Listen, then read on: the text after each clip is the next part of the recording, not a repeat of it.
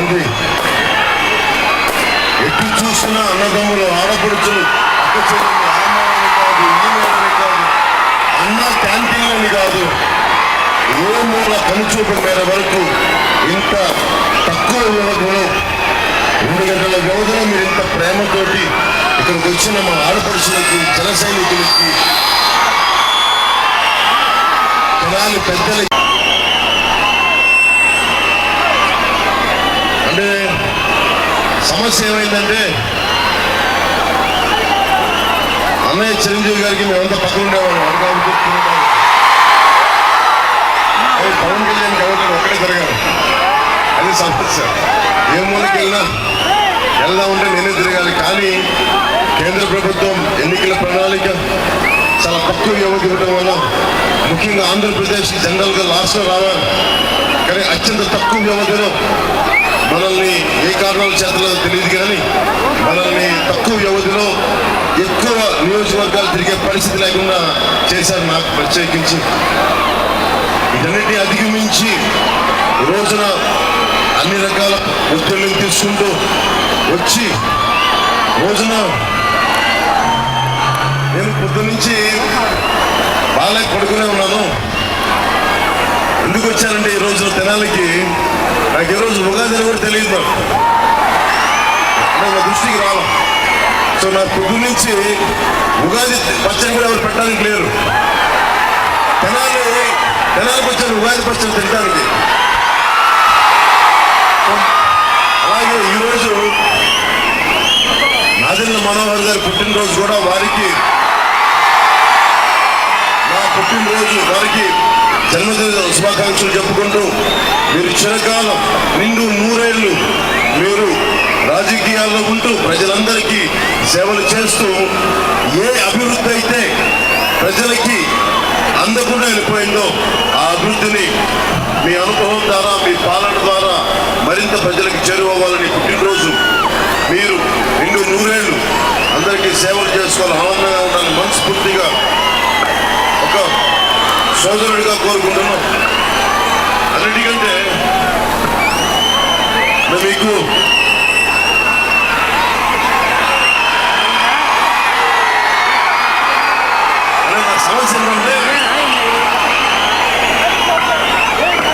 సమస్య ఏంటంటే నేను ఎక్కువ మార్షల్ ఆర్ట్స్ ప్రాక్టీస్ చేయడం వల్ల నాకు ఎంత నొప్పో తెలియదు.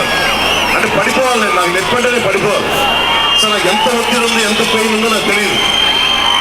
సో నాకు పెయిన్ వచ్చింది అంటే నేను పడిపోయే పరిస్థితుల్లో నాకు తెలుస్తుంది. నాకు అంటే అంత అలవాటు అయిపోయింది బాధని భరించడం. అలాగే నిన్న అలాంటి ఏదో పరిస్థితులు జరిగినాయి. కానీ నాదెళ్ల మనోహర్ గారి గురించి ప్రత్యేకించి చెప్పాల్సింది ఈ రోజున, ఆయన పుట్టినరోజున అన్నయ్య చిరంజీవి గారితో చూడండి, ఎవరైనా సరే కుటుంబం ఎవరు విభేదించారు, గొడవలు ఉన్నాయేమో ఇంకోటి ఉంటాయి, కానీ కుటుంబంతో రాజకీయ నాయకుల కుటుంబాలు ప్రత్యేకించి విభేదాలు తక్కువ సర్దుకుపోతాం.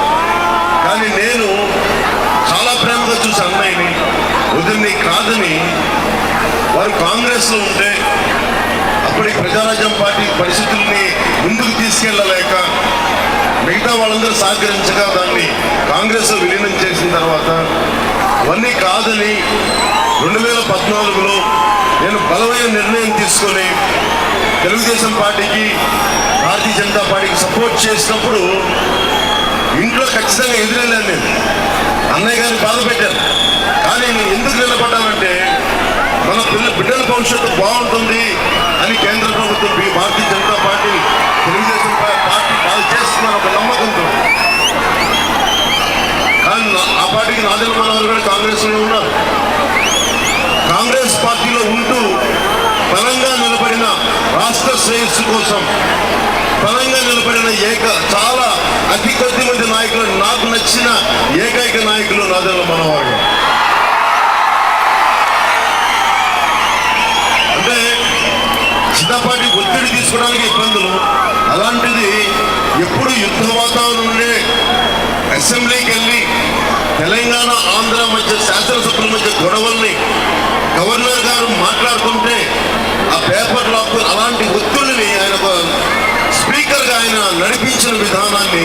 వారికి జోహార్ అర్పించాలి. అంత బలమైన నాయకుడు. కాకపోతే మన స్థానిక అపమానికి ఆయన ఎంత నేర్పినా రాదు. ఆయనకి సంస్కారం సహజంగా ఉంటుంది, కానీ గుండాయిజం ఆయనకి లేనిది కదా. మన తెలుగుదేశం నాయకులాగా భూకబ్జాలు చేసే వ్యక్తులు కాదు. అలాగే వైసీపీ నాయకులాగా కన్నికా పరమేశ్వర గుడిలో మీరు ఏదో చేసి సారా సీసాలు వదిలేసే సంస్కారం వారికి ఉంటుంది. అంటే ఇలాంటి వ్యక్తుల మధ్యలో, ఇలాంటి వ్యవస్థ మధ్యలో విలువలున్న నాదెండ్ల మనోహర్ గారు లాంటి వ్యక్తి జనసేనలోకి రావడం నాకు కొండంత అనిపించింది. నేను జనసేన పార్టీ పెట్టినప్పుడు నాకు అండగా ఉన్న రోజున నన్ను దగ్గర శుద్ధిగా నా భావజాలాన్ని నా ఆలోచన నమ్మిన మన జన సైనికులు, మన ఆడపడుచులు, తర్వాత పెద్ద నాయకులు రావడానికి నచ్చింది. నేను మాట్లాడటం, నేను వెళ్ళే విధానం నచ్చింది, కానీ అసలు ఇందులో రాజకీయాలు నిలబడతాడా లేదా అనేది చాలా మందికి మేము అంశం. ఎందుకంటే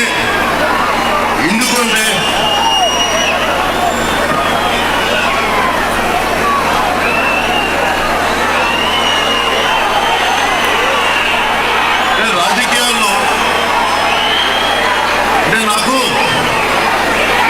నాదెండ్ల మనోహర్ గారు జనసేనలోకి వస్తాననుకున్నప్పుడు ముందు నేనంటే చాలా మందికి ఇష్టం. నాయకులు చాలా మంది ఎమ్మెల్యేలుగా పోటీ చేస్తున్నారు. వాళ్ళెవ్వరికి కూడా నా మీద సంపూర్ణ విశ్వాసం లేదు. చాలా కొద్ది మందికి, అందరు కాదు, కొద్ది మందికి. ఒకవైపు నమ్మకం, ఇంకోవైపు అపనమ్మకం. అసలు నిలబడతారా లేదా? ప్రతిసారి నేను నా సొంత వాళ్ళ దగ్గరే, నాకు అండగా ఉన్నానని చెప్పిన వాళ్ళ దగ్గరే శల్య పరీక్ష ఎదుర్కోవాలి, నిలబడతాడా లేదా అని. నన్ను ఒక్కరోజు కూడా 1.5 సంవత్సరం నాతోటి బలంగా మాట్లాడి నాకు అన్ని రకాలుగా అండగా ఉండి, నేను చాలాసార్లు అడిగాను, రావచ్చు కదా మీరు జనసేనలో కంటే. లేదు నాకు మనసు కనిపించినప్పుడు చెప్తాను, ఇప్పుడు లేదని నిర్మోహమాటంగా చెప్పి నాకు అండగా ఉండి సలహాలు సూచనలు ఇస్తూ ఒక పెద్దగా ఉండి, ఇప్పుడు అన్న చిరంజీవి గారు నా పక్కన లేరమ్మా, కానీ అన్న చిరంజీవి గారు నాకు నాదెండ్ల